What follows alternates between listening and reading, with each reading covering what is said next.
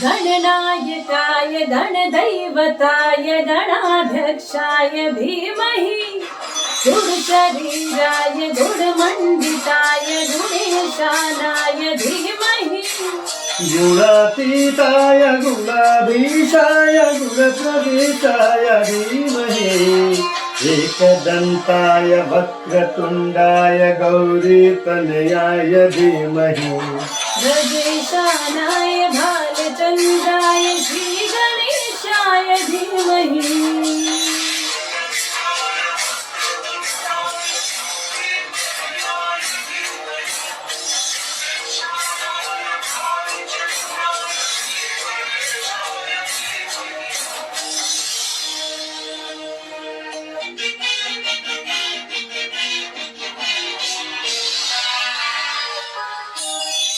गानचतुराय गानप्राणाय गानान्तरात्मने गानोत्सुकाय गानमाताय गानोत्सुकमनसे गुरुपूजिताय गुरुदैवताय गुरुकुलस्थायिने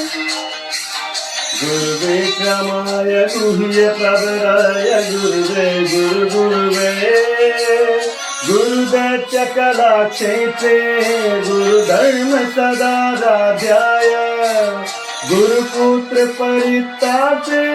गुरुपाखण्ड खण्डकाय गीतसाराय गीतकर्ताय गीतगोत्राय धीमहि